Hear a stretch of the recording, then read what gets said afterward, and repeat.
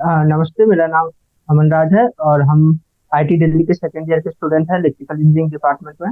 और आज हम लोग केमिकल काइनेटिक्स के एनसीईआरटी एग्जाम तैयार करने जा रहे हैं, जिसका आज ये तीसरा पार्ट है। ठीक है, हम लोग ऑलरेडी दो पार्ट पहले भी कर चुके हैं।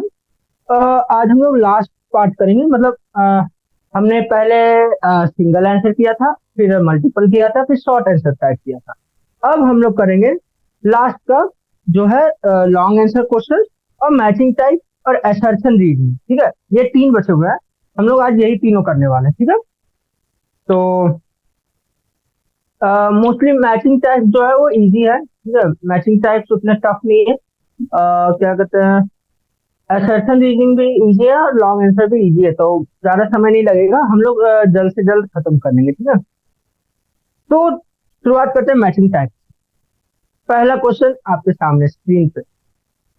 Match the graph given in column 1 with the order of reactions given in column 2. More than one time in column 1 may link to the same item of, sorry, more than one item in column 1 may link to the same item of column 2. अर्थात सबसे पहले तो यहाँ पे बोला जा रहा है कि ये जो ग्राफ है उनको ऑर्डर के साथ मैच करिए। साथ में कॉलम वन के कोई एक मतलब कोई दो अलग अलग ऑप्शन कॉलम टू के सेम ऑप्शन के साथ मैच कर सकते हैं। ठीक है, क्लियर। चलिए, तो देखते हैं। यहाँ पे हमारे पास दो ही ऑप्शन है। कौन कौन से? एक तो फर्स्ट ऑर्डर और एक सेकंड ऑर्डर, है ना। Sorry, zero order, first order और जीरो ऑर्डर।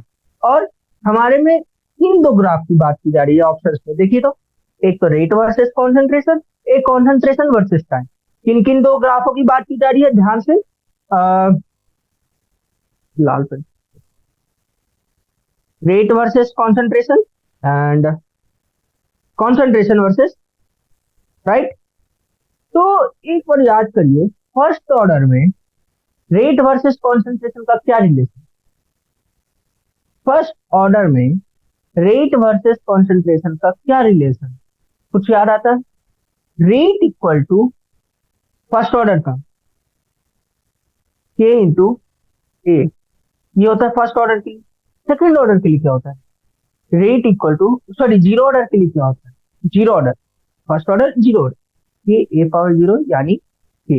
यानी यानी जीरो ऑर्डर के लिए रेट कांस्टेंट होता है, कॉन्सेंट्रेशन पे वो डिपेंड नहीं करता है। ठीक है, तो और जो फर्स्ट ऑर्डर होता है उसके लिए रेट इक्वल टू के ए होता है, यानी rate is directly proportional to A, है ना। Rate is directly proportional to A. A यानी कॉन्सेंट्रेशन। ठीक है, मतलब यहाँ क्लोज ब्रैकेट में।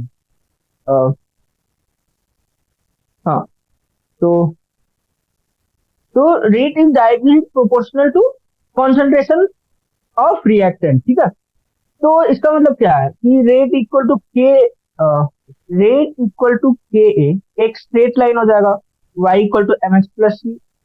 इसमें इंटरसेप्ट सी जीरो, एम का स्लोप के, वाई यहाँ पे रेट और एक्स हमारा यहाँ पे कॉन्सेंट्रेशन ऑफ रिएक्टेंट। क्लियर। तो उस हिसाब से जीरो ऑर्डर के लिए रेट वर्सेस कॉन्सेंट्रेशन ग्राफ क्या होगा? ये होगा second, always constant. First order के लिए रेट वर्सेस कॉन्सेंट्रेशन ग्राफ क्या होगा? Rate is directly proportional to concentration with some slope, है ना। तो ये होगा फर्स्ट ऑर्डर का, ये होगा जीरो ऑर्डर का। यानी first option matches to A, second option matches to B. चलिए, अब आते हैं थर्ड और फोर्थ ऑप्शन पे, यानी concentration versus time, law concentration versus time. तो थर्ड ग्राफ जो है वो बता रहा है कि कॉन्सेंट्रेशन लीनियरली डिक्रीज कर रहा है। कॉन्सेंट्रेशन लीनियरली डिक्रीज करता है, तो ये किस में हो रहा है? ये जीरो ऑर्डर में हो रहा है ना। ये अब समझाने की जरूरत नहीं है ना, क्योंकि ये ऑलरेडी पहले भी हमने बहुत बार डिस्कस कर लिया है। ठीक है, कि D by D T equal D reactant concentration by D T equal to K, और उस तरह से हमें एक स्ट्रेट लाइन इक्वेशन आता है। मतलब हम लोगों ने ये सब बहुत बार कर लिया है। ठीक है, तो उससे डायरेक्टली हम कह सकते हैं कि जो थर्ड ग्राफ है वो जीरो एट ऑर्डर का है ना, sorry B, zero at order. और फोर्थ वाला क्वेश्चन, जो फोर्थ वाला क्वेश्चन है वो क्या कहता है? लॉ कॉन्सेंट्रेशन वर्सेस टाइम का ग्राफ। और लॉ कॉन्सेंट्रेशन वर्सेस टाइम का ग्राफ यदि स्ट्रेट लाइन आ रहा है, समथिंग ये कैसा आ रहा है? समथिंग ये कह सकते हैं y equal to m x plus c straight line, ये लॉग कॉन्सेंट्रेशन, इसको ऐसे कर लेते हैं, ए इक्वल टू इसको माइनस ये रहा log A equal to some minus m t plus c, ठीक है, इसको हम सी मान लेते हैं, ये टाइम टी को टी, अब सिंस स्लोप निगेटिव है तो उसको माइनस एम स्लोप मान ले रहे हैं, ठीक है। तो ये ग्राफ कुछ कैसा आ जा रहा है, ए इक्वल टू ई पर power minus m t plus t, है कि नहीं। अब जैसे मान लीजिए log k equal to x है, log to the base e, log k to the base equal to something x है, तो के क्या हो जाएगा, ई पावर एक्स। कोई डाउट, ये तो लॉगरिथम का प्रॉपर्टी है, ठीक है। तो A equal to e power minus m t plus t, यानी सॉरी कॉन्सेंट्रेशन, यानी concentration of reactant at any instant t equal to e power c into e power some minus mt, यानी e power c some constant मान लेते हैं, क्योंकि c भी constant है तो e power c को भी सम कांस्टेंट मान लेते हैं, उसको मान लेते हैं k, यानी k into e power minus mt, ठीक है। ये किस फॉर्म में आ गया, ये फर्स्ट ऑर्डर के फॉर्म में आ गया, ये फर्स्ट ऑर्डर के फॉर्म में आ गया। फर्स्ट ऑर्डर रिएक्शन का फॉर्मेट क्या है, T equal to initial concentration into E power minus K T, something उसी के फॉर्म में आ गया, यानी ये ग्राफ किसका है, फर्स्ट ऑर्डर का है, ठीक है। और ये तो सिंपली आप ग्राफ भी याद होगा तो इजीली निकाल सकते हैं, इसमें कुछ ज्यादा सोचने का नहीं है, ठीक है। तो ये रहा आंसर ए बी बी ए, ठीक है। पहला वाला क्या है, फर्स्ट ऑर्डर, सेकेंड वाला जीरो ऑर्डर, थर्ड वाला जीरो ऑर्डर, फोर्थ वाला फर्स्ट ऑर्डर, ठीक है। ये आ गया आपका आंसर, यानी ए बी बी। चलिए बढ़ते हैं नेक्स्ट क्वेश्चन की ओर, और एक मिनट हम आंसर थोड़ा वेरीफाई करते हैं। तो हाँ 54 match the sequence giving column and column 2, ठीक है।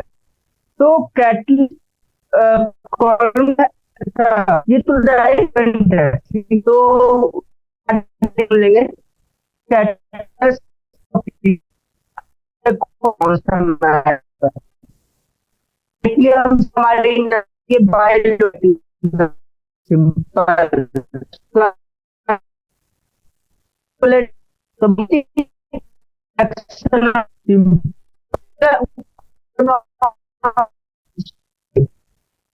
सोच आप ऑर्डर रिएक्शन फर्स्ट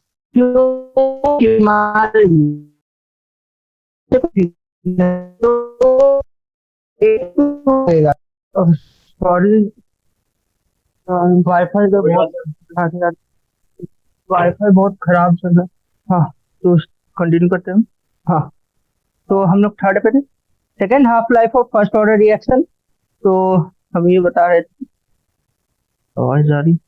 हाँ तो सेकेंड हाफ लाइफ जो था वो भी सेम होता है, a/2 से a/4 जाने का, है ना, डी हाफ। उसी तरह से a/4 से a/8 जाने का भी टी हाफ ही होगा, a/8 से a/16 जाने का भी टाइम उतना ही होगा, ठीक है, टी हाफ, मतलब सेम टाइम रहता है, हाफ टाइम हमेशा, हाफ लाइफ हमेशा सेम ही रहेगा, ठीक है। तो थर्ड का डी।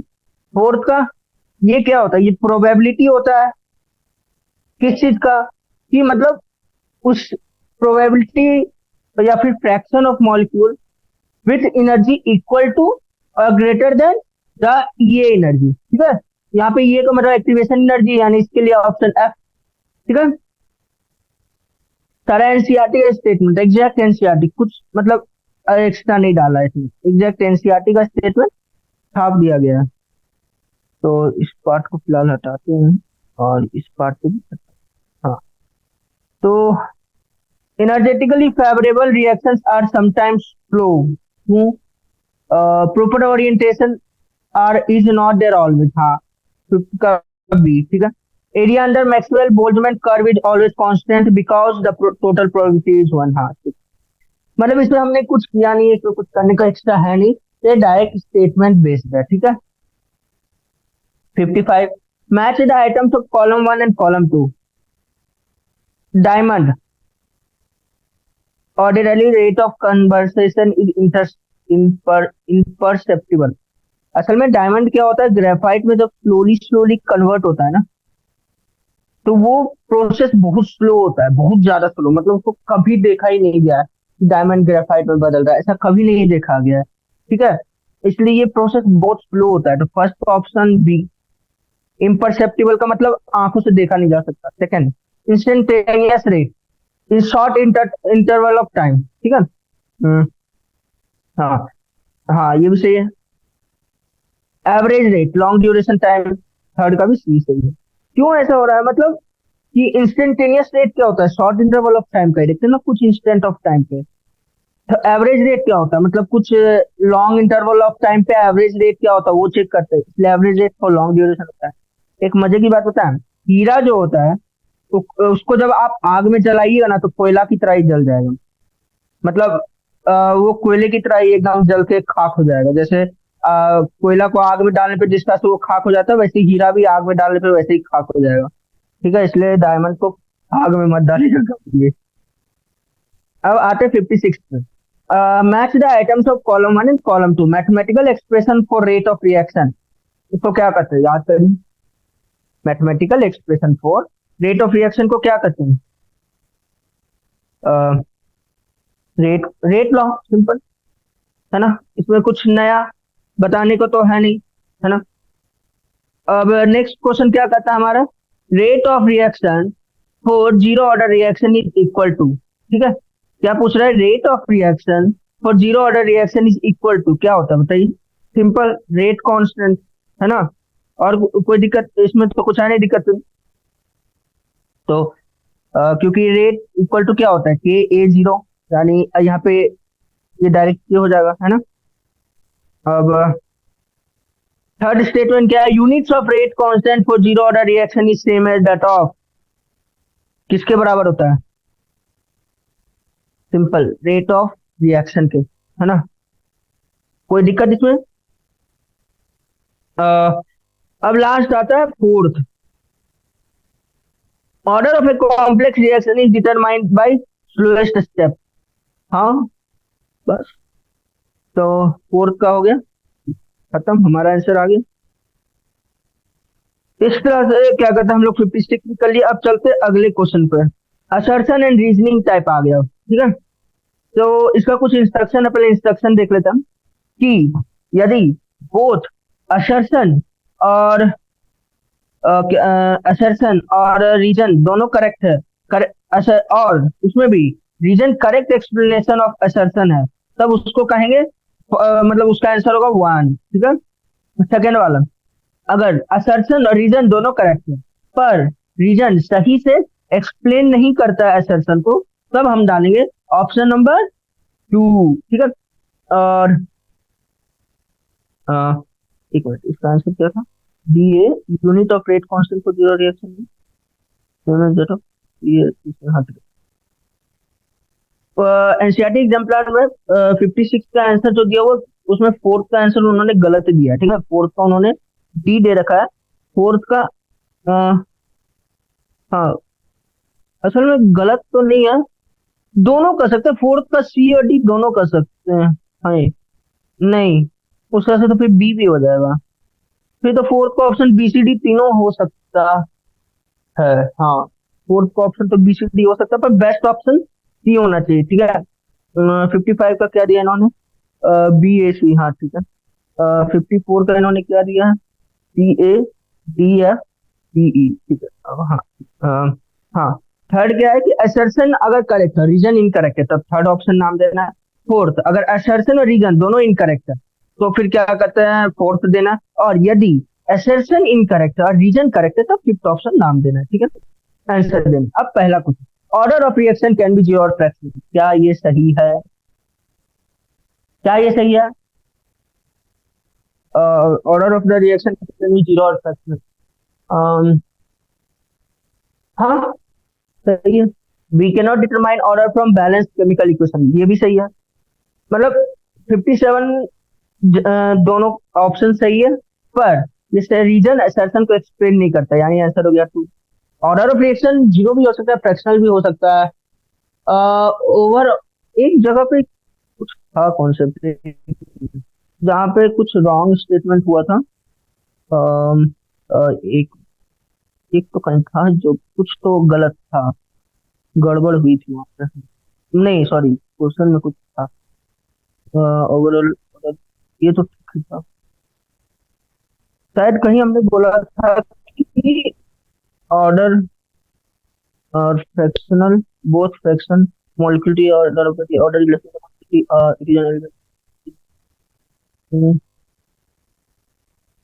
तो था। शायद हमने मेंशन किया था कि कांस्टेंट ऑर्डर जो होता है वो ओवरऑल रिएक्शन के लिए इंटीग्रल होता है, ये कोई नेसेसिटी नहीं है। अ, हाँ यही तो था, नाइन्थ का फर्स्ट इज नॉट करेक्ट। अच्छा, हाँ ठीक है, हाँ ठीक है। Order of A reaction can B A fractional number, तो क्या क्या हो सकता है? ऑर्डर ऑफ एक reaction any real number greater than zero होना चाहिए, ठीक है। अब मोस्टली वो रियल नंबर रैशनल नंबर ही होता है, ठीक है। ऑर्डर क्या होता है? ऑर्डर सिंपल से कर लीजिए, order is positive rational number, ठीक है। एक कोई भी पॉजिटिव रैशनल नंबर ऑर्डर हो सकता है, कोई भी पॉजिटिव रैशनल नंबर ऑर्डर हो सकता है, ठीक है।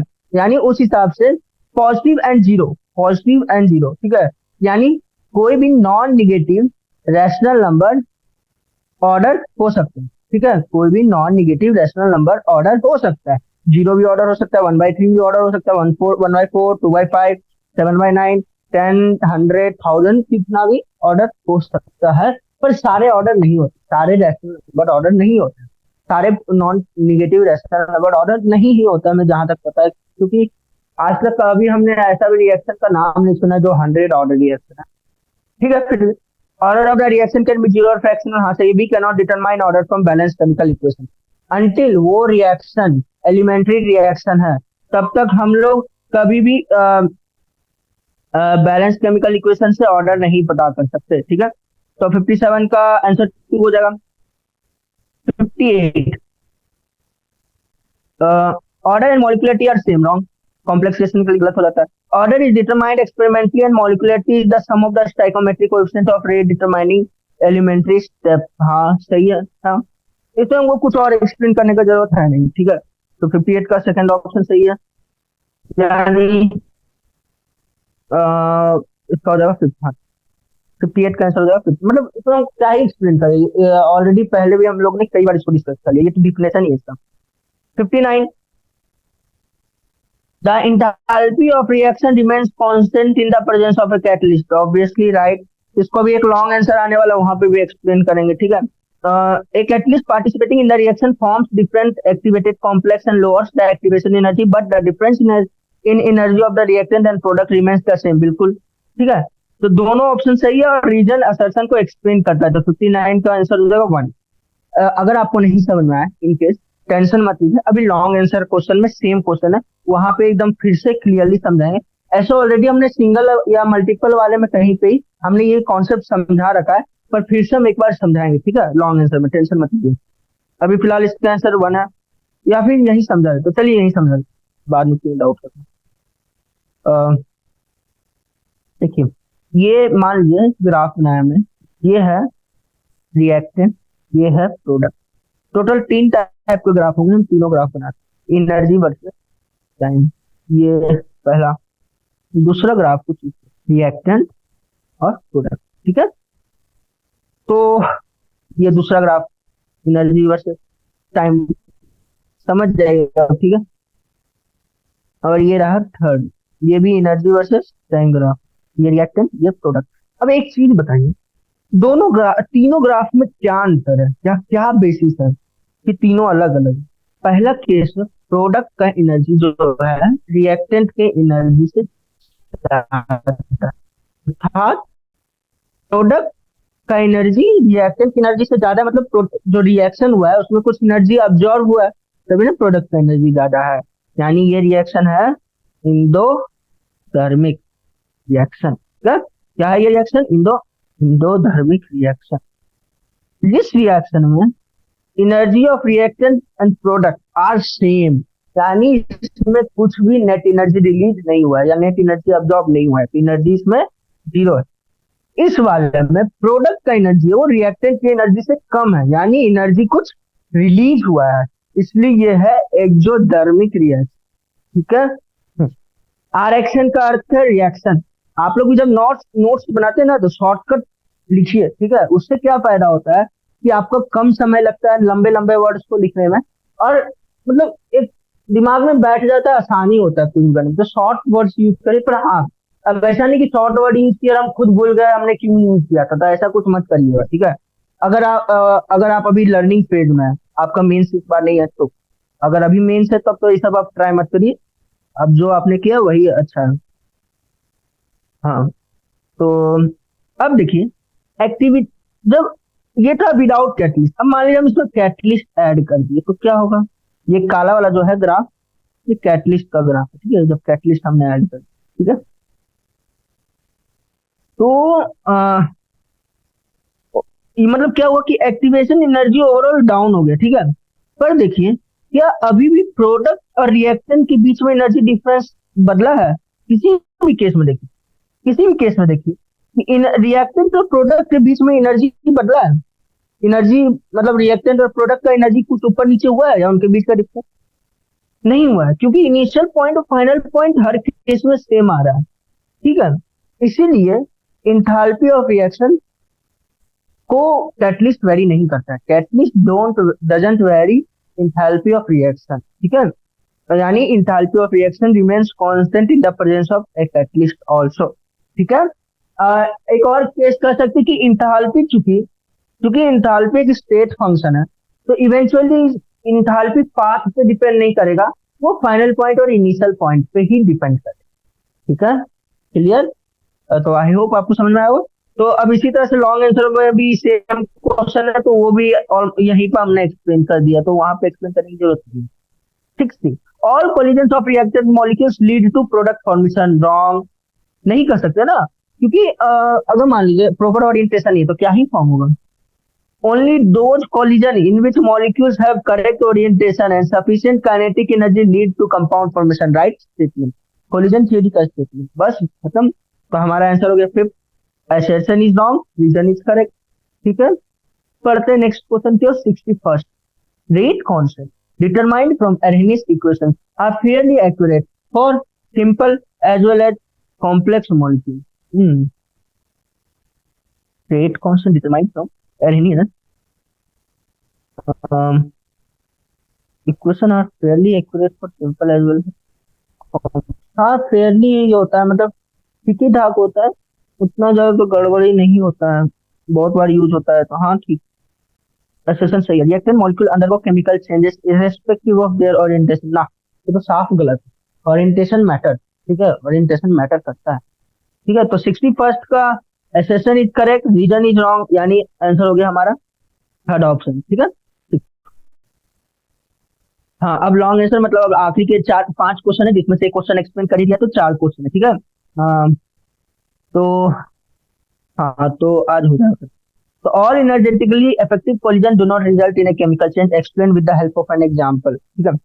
तो सिंपल सा आपको एग्जांपल देना है ना, कि पहले तो बस आपको एक ही चीज लिखना, मतलब वहाँ थोड़ा एलोबरेट करके आपको लिख देना कि प्रॉपर ओरिएंटेशन रिक्वायर्ड होता है। अगर प्रॉपर ओरिएंटेशन में नहीं होगा कोलिजन तो नहीं होगा, ठीक है, रिएक्शन।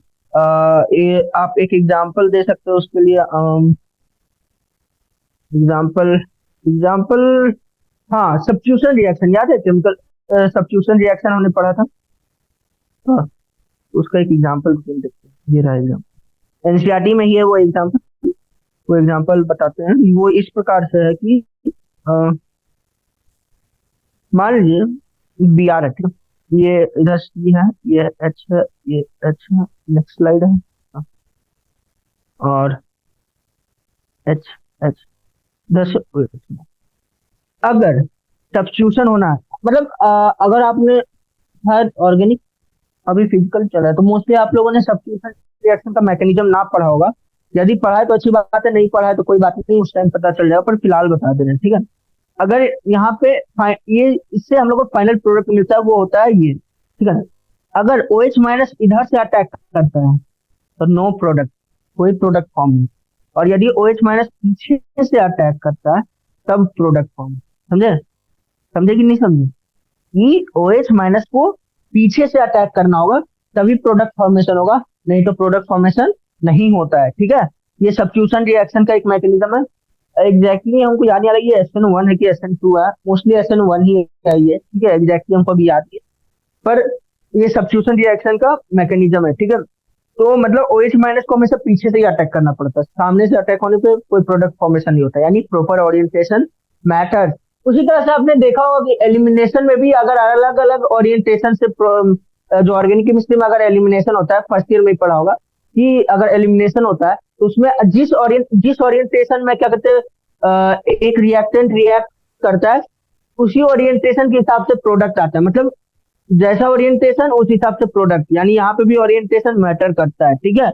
यानी हर एक energetically effective collision do not result in a chemical change, यहाँ से पता चलता है, ठीक है, इस सब्स्टिट्यूशन रिएक्शन से कि OH माइनस को एक प्रॉपर ओरिएंटेशन में अटैक करना पड़ता है तभी प्रोडक्ट फॉर्म होता है, ठीक है।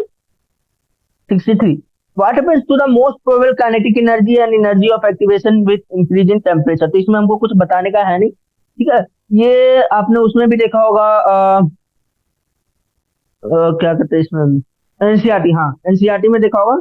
ओ नए वाले एनसीईआरटी तो उन्होंने वो पार्ट ही गायब कर दिया बस। ओ हाँ, कि नहीं है ऊपर, हाँ वो पार्ट है इसमें, हाँ इसमें वो पार्ट है, ठीक है। अम, आप सिंपली वो ग्राफ ही देख सकते हैं, ठीक है। What happens to the most probable kinetic energy and energy of activation with increase in temperature, है ना। तो एक्टिवेशन एनर्जी हमेशा सेम ही रहने वाला, ठीक है। एनर्जी ऑफ एक्टिवेशन किसी केस में चेंज नहीं होगा, है ना। पर क्या होता है कि ग्राफ, हाँ एक पेज, ग्राफ कुछ इस तरह, मान लीजिए हम टी टेम्परेचर पे ये ग्राफ है, ठीक है। तो आफ्टर सम टी इंक्रीज करने के बाद ग्राफ कुछ ऐसा हो जाएगा, ठीक है। ग्राफ कुछ ऐसा हो जाएगा ये ग्राफ, और समथिंग मान लीजिए ये एक्टिवेशन एनर्जी। तो एक्टिवेशन एनर्जी किसी भी टेम्परेचर पर सेम होने वाला है, ये T1 ये T2 and T2 is greater than T1। Activation energy हमेशा सेम होगा। ये होता है मोस्ट प्रोबेबल काइनेटिक एनर्जी जो पीक होता है, ठीक है। तो जैसे जैसे टेम्परेचर बढ़ता है probable kinetic most probable kinetic energy का भी वैल्यू बढ़ते चला जाता है। टेम्परेचर इंक्रीज करने पे मोस्ट प्रोबेबल काइनेटिक एनर्जी का भी वैल्यू इंक्रीज होता है। एक्टिवेशन एनर्जी पे कोई इफेक्ट नहीं होता है। और बाकी बाकी और कुछ नहीं। और हाँ एक और चीज कि fraction of molecule having that most probable kinetic energy decrease, ठीक है। मोस्ट फ्रैक्शन ऑफ मॉलिक्यूल यानी जितना मॉलिक्यूल के पास number of molecules having most probable kinetic energy, यानी उन मॉलिक्यूल्स की संख्या जिनके पास मोस्ट प्रोबेबल काइनेटिक एनर्जी है वो घट जाती है, ठीक है, समझ में आया, है ना। मान लीजिए शुरुआत में 20 में से 10 के पास मोस्ट प्रोबेबल काइनेटिक एनर्जी था सम T1 टेम्परेचर। मान लीजिए अब टेम्परेचर बढ़ा दिया T2 कर दिया, तब फॉर केस 20 में से 5 के पास ही मोस्ट प्रोबेबल काइनेटिक एनर्जी होगा। इवन पर मोस्ट प्रोबेबल काइनेटिक एनर्जी का वैल्यू बढ़ जाएगा, ठीक है। और बाकी एनसीईआरटी में जो स्टेटमेंट है वो पढ़ देते हैं आपके सामने कि the peak of the curve corresponds to the most probable kinetic energy. ये peak that is kinetic energy of maximum fraction of molecules, यानी ऐसा मोस्ट प्रोबेबल काइनेटिक एनर्जी क्या होता है, मोस्ट प्रोबेबल काइनेटिक एनर्जी का अर्थ है कि मैक्सिमम नंबर ऑफ मॉलिक्यूल्स, ज्यादा से ज्यादा मॉलिक्यूल्स के पास कौन सा काइनेटिक एनर्जी होगा उसको मोस्ट प्रोबेबल काइनेटिक एनर्जी कहते हैं। Kinetic energy of maximum fraction of molecules. There are decreasing number of molecules with energy. There are decreasing number of molecules with energies higher or lower than this value. हाँ मतलब दोनों type, दोनों side जाते जाते fraction घटता जाता है, ठीक है। When the temperature is raised, the maximum of curve moves to higher energy. यानी ये जो मैक्सिमम होता है वो आगे शिफ्ट हो जाता है, यानी इस मैक्सिमम का वैल्यू बढ़ जाता है। पर when the and the curve broadens, मतलब कर्व क्या होता है थोड़ा फ्लैट होने लगता है, ठीक है। और spreads to the right such that there is a greater proportion of molecules with much higher energy। हाँ एक और चीज ध्यान रखिएगा, टेम्परेचर बढ़ाने के साथ ना हर एक मॉलिक्यूल का एनर्जी बढ़ जाता है। टेम्परेचर बढ़ाने के साथ हर एक मॉलिक्यूल का एनर्जी बढ़ जाता है।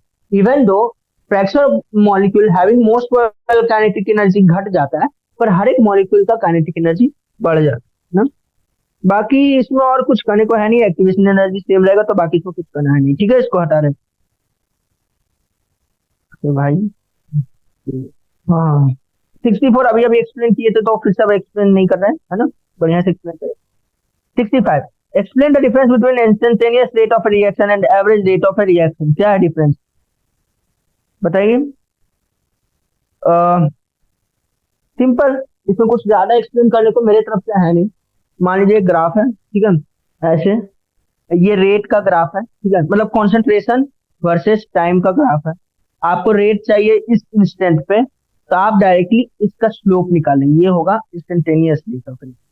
और एवरेज रेट मान लीजिए आपको चाहिए कि इस टाइम से इस टाइम के बीच में एवरेज रेट चाहिए, है ना, तो आप इसको यहाँ का कॉन्सेंट्रेशन माइनस यहाँ का concentration divided by total time in दोनों के बीच, ठीक है।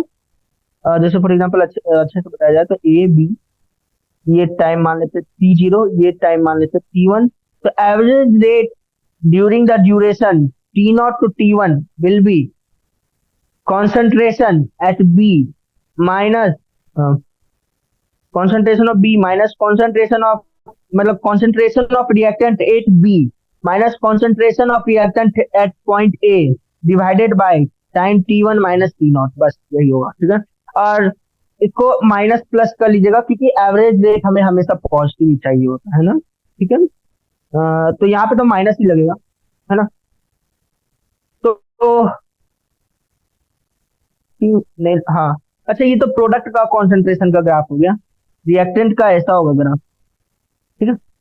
और आप इसमें कुछ नया वाली बात नहीं है, आप इसको एनसीईआरटी में भी जाके देख सकते हैं, मतलब एकदम डिटेल एकदम चाहिए तो आप एनसीईआरटी में देख सकते हैं, पर हाँ सिंपल डेफिनेशन यही है, ठीक है।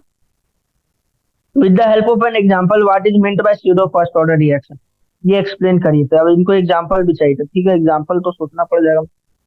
अ, ऐसे सोचने वाली कोई बात नहीं है, इसमें डायरेक्ट एनसीईआरटी का ही एक एग्जांपल है, वो हम बताते हैं, ठीक है। क्योंकि मोस्टली एनसीईआरटी के एग्जांपल तक भी अगर हम लोग अच्छे से कर लेते तो काफी रहता है, उससे ज्यादा बढ़ने की जरूरत नहीं। सबसे पहले तो अब स्यूडो फर्स्ट ऑर्डर क्या होता है, स्यूडो फर्स्ट ऑर्डर असल में ये कॉन्सेप्ट हमने पहले भी बहुत बार बताया है, ठीक है, हम फिर से बता रहे हैं। मान लीजिए कोई रिएक्शन है A plus giving some product C plus, ये हमको इससे कोई मतलब, तो रेट मान लेते हैं कि इसका रेट लॉ आ रहा है something rate equal to k A B, ठीक है, ऐसा आ रहा है, ठीक है, ये ऑर्डर 2 है, ठीक है। लेकिन अब क्या घपला हो रहा है यहाँ पे, मेन पॉइंट क्या हो रहा है कि अ, मान लीजिए बी एक्सेस में, बहुत एक्सेस में, मान लीजिए हमने ए लिया 1 ml, अब बी लिया, सॉरी ए लिया 1 मोलर, अब बी लिया सम 1000 मोलर, ठीक है। थोड़ी हम उसको नीचे करते हैं, A plus B give C plus D, some A लिया हमने 1 मोलर, बी लिया सम 1000 मोलर। तो अब मान लीजिए कुछ रिएक्शन हुआ, मान लीजिए रिएक्शन पूरा का पूरा कंप्लीट ही होगी, मान लीजिए इन केस, मान लीजिए ऐसे होता नहीं है, ठीक है, पर मान लीजिए कंप्लीट होगी, ठीक है। तो क्या होगा, तो क्या होगा कि बी का ए मान ए तो जीरो हो जाएगा, है ना, ए जीरो हो जाएगा, अब बी सब 999 मोलर हो जाएगा। तो क्या इफेक्टिवली बी का कॉन्सेंट्रेशन चेंज हुआ, इफेक्टिवली मतलब अब 1000 में 1 हो गया चेंज, तो क्या ही फर्क है, 1000 में 1 चेंज हो ही गया तो क्या ही फर्क पड़ा, है ना। तो इसलिए बी का कॉन्सेंट्रेशन को हम लोग कांस्टेंट मान लेते हैं, ठीक है। तो रेट इक्वेशन ऐसे था के ए बी, अभी तो जीरो ऑर्डर सेकंड ऑर्डर है, पर अब बी का कॉन्सेंट्रेशन कांस्टेंट हो गया, मान लिए कॉन्सेंट्रेट मान कंसंट्रेशन को कांस्टेंट मान लिए, ठीक है। तो इसको हम अब नया रेट कांस्टेंट बना देंगे के डैश, क्योंकि बी भी कांस्टेंट, अब के भी कांस्टेंट, बी का कॉन्सेंट्रेशन भी कांस्टेंट, के भी कांस्टेंट, यानी इसको हमने समथिंग के डैश मान लिया इनटू कॉन्सेंट्रेशन ऑफ ए। तो ये रिएक्शन सेकेंड ऑर्डर से अब बन गया फर्स्ट ऑर्डर, इसी चीज को होने के कारण इसको pseudo first order reaction, pseudo first order reaction, pseudo मतलब फेक, नकली, तो नकली फर्स्ट ऑर्डर रिएक्शन, ठीक है। एग्जाम्पल में सिंपल एक ही एक एग्जाम्पल जो एनसीईआरटी में दिया गया है सर, दो example, inversion of cane sugar, ठीक है, C12H22O11 plus H2O gives H plus C6H12O6 plus C6H12O6, ठीक है। तो ये होता है केन शुगर, ये हो गया ग्लूकोज, फ्रक्टोज। इसके बारे में डिटेल में आप आगे पढ़ेंगे, इस रिएक्शन के बारे में बायोमोलिक्यूल्स में, ठीक है, वहां डिटेल में और पढ़ेंगे। पर फिलहाल ये सूडो ऑर्डर होता है, इसका रेट होता है K C12H22O11, ठीक है। यहाँ पे हम लोग H2O को बहुत ज्यादा एक्सेस करते हैं, हद से ज्यादा एक्सेस, ठीक है, इसलिए ऐसा। सिमिलरली एक और रिएक्शन है हाइड्रोलाइसिस ऑफ इथाइल एसीटेट, इसमें भी सेम केस होता है, क्या H प्लस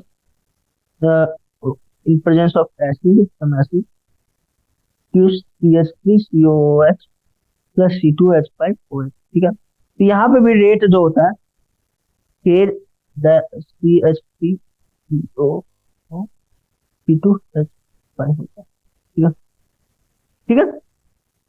इसमें बाकी कुछ है नहीं करने को, इसमें भी वाटर एक्सेस में होता है। आप सेम कॉन्सेप्ट कॉन्सेप्ट सेम रहता है, ठीक है। आप चाहे तो जैसे हमने यहाँ ए और बी लिख के प्रूव किया है ना, सॉरी, हाँ, यहाँ पे हमने ए और बी लिख के ये प्रूव किया था, है ना। आप चाहे यहाँ पे हमने ए और बी लिख के प्रूव किया था, तो आप चाहे तो इसको सिंपली ये एग्जांपल्स लेके भी प्रूव कर सकते हैं। ए को CH3CO C2H5 और बी को क्या कहते हैं H2O, और फिर क्या कहते हैं प्रूव कर सकते हैं सिंपली, ठीक है। इसमें कुछ नया है नहीं, ठीक है। आप इसको चाहे तो एनसीईआरटी में हेडिंग है स्यूडो फर्स्ट ऑर्डर रिएक्शन, नए वाले में पेज नंबर 110, पुराने वाले एनसीईआरटी में कुछ और पेज होगा, हम श्योर नहीं है, ठीक है। तो इस तरह से आप पढ़ सकते हैं, है ना। बहुत सिंपल था, हमको नहीं लगता कुछ इसमें टफ हुआ, क्योंकि ऑलरेडी हमने इसी चीज को, इसी कॉन्सेप्ट को सिंगल आंसर, सिंगल ऑप्शन वाले क्वेश्चन या शॉर्ट आंसर में कहीं पे एक्सप्लेन किया है, ठीक है। पहले दो पार्ट में कहीं ना कहीं ये एक्सप्लेन है, अच्छे से हमने एक्सप्लेन किया, यहाँ पे भी अभी हमने अच्छे से एक्सप्लेन किया। तो आई होप आपको सब कुछ समझ में आ गया होगा, है ना। हाँ, सबसे पहले तो हम क्षमा चाहेंगे आप लोग से कि अच्छा दो दो बार ब्रेक हो गया नेट, और मतलब कुछ यहाँ पे इंटरनेट वाईफाई इश्यू चल रहा है अपने कॉलेज में, आईआईटी दिल्ली में, तो इसी कारण से क्या कहते हैं थोड़ा सा बीच में इंटरप्ट हो गया, मे बी वाईफाई को भी ठंडी लग गई शायद से, यहाँ ठंड बहुत है। तो फाइनली ठीक है, हम लोगों ने एग्जाम्पल सारा कर लिया है, और सॉरी क्षमा कर दीजिएगा वो बीच में इंटरप्शन के लिए। बाकी यदि आपका मेंस आ रहा है, ठीक है, तो अपने सेहत का ख्याल रखिएगा, ठंडी बहुत हो रही है, ठीक है। तो मेंस बढ़िया से देना है, ठंडी से बच के रहना है, कपड़े अच्छे से पहन के रहिएगा, खाइएगा पीजिएगा अच्छे से, और हेल्थ का ख्याल रखिएगा। मेंस वाले एग्जाम के दिन रिफ्रेश, मतलब फ्रेश माइंड से जाइएगा, ठीक है। आज तारीख 18 हो ही गई है, तो और सप्ताह भर बचा है मुश्किल से, ठीक है। तो पहले तो अपना हेल्थ का सबसे ज्यादा ख्याल रखना। अगर आपने शॉर्ट नोट्स बनाए तो अभी शॉर्ट नोट्स बहुत काम आए, रिवाइज करते रहिए, रिवाइज मतलब शॉर्ट नोट देखते रहिए, फॉर्मूला सारे रटिए, जितने भी फॉर्मूला है सब रटिए, मतलब रिवाइज करते रहिए, ठीक है। अब कोई भी नया तरह का प्रश्न मत करिएगा, यदि ये सारे इंस्ट्रक्शंस उनके लिए जो मेंस अभी देने वाले हैं, ठीक है, जो 24 जनवरी से होने वाला है, उनके लिए इंस्ट्रक्शन है, बाकियों के लिए नहीं है। तो अभी कोई भी नए तरह का प्रश्न प्रयास नहीं करिएगा, ठीक है।